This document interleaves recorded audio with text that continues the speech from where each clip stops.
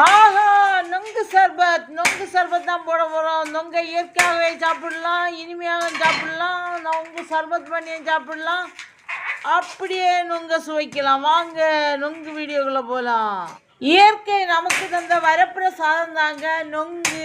தேங்காய் coconut bulb, அது இளநீர், இதெல்லாம் வந்து இயற்கை நமக்கு தந்த வரப்பிரசாதம்.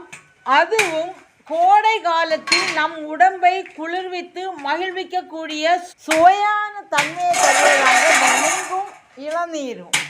தென்னை மரத்தில் காய்க்கக்கூடிய தேங்காயை ஒரு கால் பருவம் இல்லைன்னா அரை பருவம் வந்தோடனே அதை நம்ம இளநீர் அப்படின்னு சொல்லிய போல் பனை மரத்தில் விளைவிக்கக்கூடிய பனம் காய்க்கு முந்தைய ஸ்டேஜை தான் என்ன செய்வோம்னா நம்ம நொங்குன்னு சொல்லுவோம். இதை வந்து ஒரு கத்தியால் வெட்டி அப்படி சீவி உள்ளே பார்க்கும்போது உள்ள வலுவழுப்பான ஒரு தன்மை நிறைந்த ஒரு திரவமும் கிளுகிழுப்பான தன்மை நிறைந்த ஒரு ஜெல்லி போன்ற தன்மையுடைய ஒரு பொருளும் கிடைக்கும். இது வந்து ரொம்ப சுவையானதாக இருக்கும்.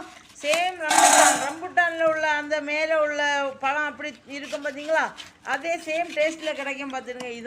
இதை வந்து என்ன செய்யலாம்னா சர்பத்துக்கு கூட சாப்பிடும்போது நல்ல சுவையாக மிகுந்த ஒரு இதாக இருக்கும். சிறியவர்கள் முதல் பெரியவர்கள் வரை என்ன செய்கிறாங்க, விரும்பி சாப்பிடக்கூடிய ஒரு மிருதுவான தன்மையுடைய உணவாக இது பார்த்துடுங்க. சின்ன குழந்தைகளுக்கு கூட கொடுக்கலாம், ரொம்ப சுவையானது. அதுபோல் நல்ல உடல் குளிர்ச்சி ஊட்டக்கூடியது.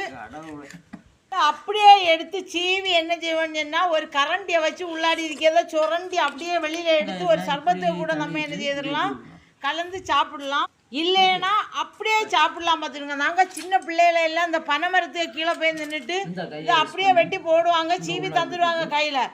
நாங்கள் அந்த கையில் உள்ள பெருவரல் இருக்குது பார்த்தீங்களா, அதை அப்படியே உள்ளாடி விட்டு அதில் உள்ள திரவத்தையும் அப்படியே சுரண்டி அப்படி கிளுன்னு அப்படி இருக்கும்.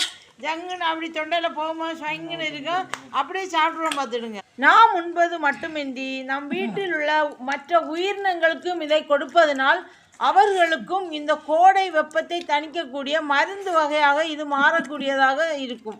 கிடைச்சாலும் விடாதீங்க, அப்படியே வாங்கிட்டு வந்து சாப்பிடுங்க.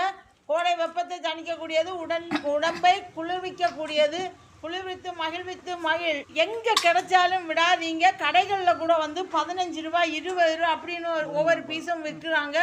அங்கேருந்து நம்ம பீஸ் அப்படியே வாங்கிட்டு வந்து வீட்டில் வச்சு செதுக்கி நம்ம தேவைக்கு தகுந்தவாறு டெய்லி ஒவ்வொரு நுங்கு சாப்பிட்டீங்கன்னா என்ன செய்யும், உடம்பு தனிவாக இருக்கும். உடலில் வெப்பங்கள் என்ன செய்யும், உடல் உள்ளுக்குள்ளே இருக்க வெப்பங்கள் என்ன செய்யும், வெளியேறும். தனிவானதாக மிருதுவான தன்மையுடையது. ஒவ்வொரு உணவு வகைகளும் ஒவ்வொரு சுவை நிறைந்ததாக இருக்கும். அப்படி தாங்க நான் வந்து நாட்டு சர்க்கரையை இருக்க கூட முயற்சி பண்ணி பார்த்துடுங்க.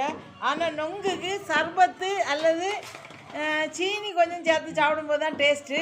இந்த நாட்டு சர்க்கரை நொங்கு கூட ரொம்ப ஒன்றும் பெரிய அளவு தெரியல டேஸ்ட்டு. அது ஒரு மாதிரியாக இருந்தது, பனங்கற்கண்டு சுவை அந்த டேஸ்ட்டில் போயிட்டு பார்த்துடுங்க. இதுக்கு சர்பத்து சேர்த்து நொங்கு சர்பத்தாக குடிக்கிறது தான் நல்லதாக இருக்கும். இது எந்தெந்த ஊரில் கிடைக்குது, உங்கள் ஊரில் கிடைக்குமான்னு சொல்லிட்டு கமெண்ட் பாக்ஸில் பதிவு செய்யுங்க. அப்போ நமக்கு தெரியும் எந்தெந்த ஊர்களில் பனை மரங்கள்னால விளைவிக்கப்பட்டு நம்ம வந்து இந்த நுங்குகளை சாப்பிடுகிறோம். அப்போ அந்தந்த மக்களுக்கு இந்தந்த இடத்துல தரமான முறையில் இதை பயிரிடப்படுகிறது என்பதை நாம் அறிய முடியும். அப்படியே கமெண்ட் பாக்ஸில் வந்து மெசேஜ் பண்ணுங்கள். நன்றி, வணக்கம்.